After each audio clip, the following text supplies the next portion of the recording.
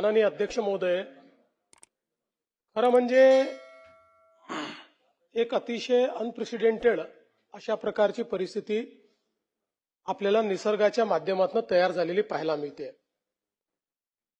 सभागृहामध्ये काही गोष्टी या ठिकाणी विरोधी पक्षांनी उपस्थित केल्या, त्याचं गांभीर्य आहेच, त्या गंभीरने असं मी बिलकुल म्हणणार नाही। मात्र या संदर्भात आपण लक्षात घेतलं पाहिजे की काल साधारणपणे 50 किलोमीटर ताशी असे वारे त्या ठिकाणी वाहत होते आणि आपण जर मुंबईमध्ये बघितलं, ॲव्हरेज दरवर्षी 800 झाडं पडतात। प्रत्येक मॉन्सूनमध्ये मुंबईमध्ये 800 झाडं पडतात। काल एका दिवसामध्ये 350 झाडं पडली आहेत आणि आजचा दिवस हा त्याहीपेक्षा गंभीर आहे। म्हणूनच आज आपण सगळीकडे वर्क फ्रॉम होमचे त्या ठिकाणी विनंती केली आहे शाळा कॉलेजेसला, कारण आज लेट दुपारनंतर 70 ते 90 ताशी वेगाने वारे वाहणार आहेत। आता ज्या काही घटना घडलेल्या आहेत त्या दुःखदायी आहेतच, पण कालची जी इमारत पडली ही पूर्णपणे बेकायदेशीर होती आणि या ठिकाणी बेकायदेशीर इमारत पडल्यामुळे त्या इमारतीतले लोक नाही, ज्या झोपडीवर किंवा ज्या छोट्या याच्यावरती पडली त्यातले लोक त्या ठिकाणी मेलेले आहेत। त्यामुळे मला असं वाटतं की या सगळ्या घटना गंभीर आहेत। आज आपण पाहू शकतो मुंबई पुण्याचा जो रोड आहे त्याच्यावर दरड कोसळलेली आहे। त्यामुळे हे जे काही इव्हेंट्स आहेत, हे इव्हेंट्स आज निसर्गाचं जे काही चक्र बदललेलं आहे त्याच्यातले इव्हेंट्स आहेत। असं नाहीये की या संदर्भात कुठली तयारी नाही करण्यात आली, तयारी केली त्याच्यापेक्षा विपरीत इव्हेंट्स होत आहेत।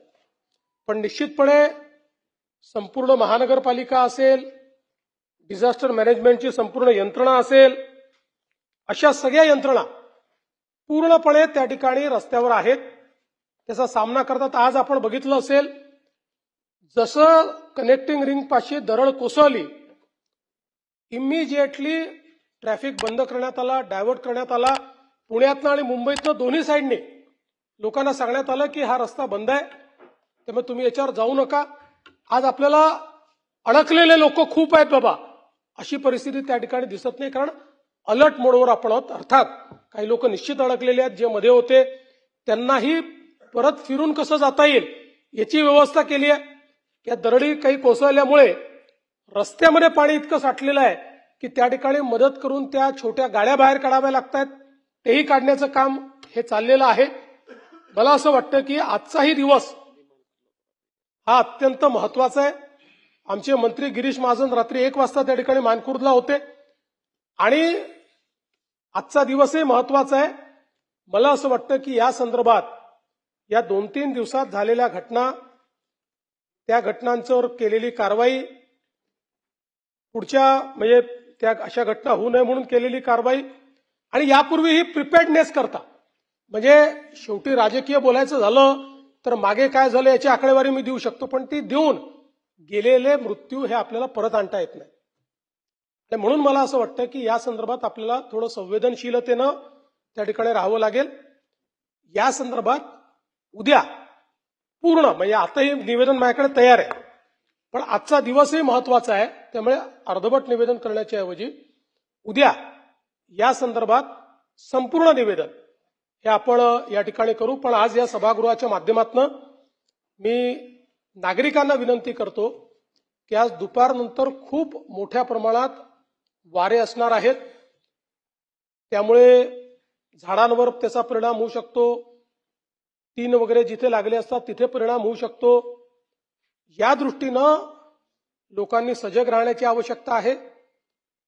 2 दिवस झाले ज्या ज्या ठिकाणी आपल्याला असं वाटतंय की इथे काही दुर्घटना होऊ शकते तिथले लोक बाहेर काढलेले आहेत, त्यांना काही वेगवेगळ्या ठिकाणी आपण ठेवलेलं आहे, पण लोकांनी ही सावधानता ठेवावी।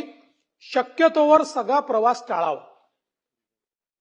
कोणीही आता या परिस्थितीमध्ये अत्यावश्यक असल्याशिवाय प्रवास करू नये आणि विशेषतः युवांना माझी विनंती आहे की आजचे वारे आणि एकूण पावसाची परिस्थिती बघता टुरिझम म्हणजे ज्याला आपण असं म्हणतो की लोकांना युवांना आवडतं पावसात जाणं धबधब्यांवर जाणं, तर आज ते टाळावं अशा प्रकारची मी सर्वांना नागरिकांना विनंती करतो.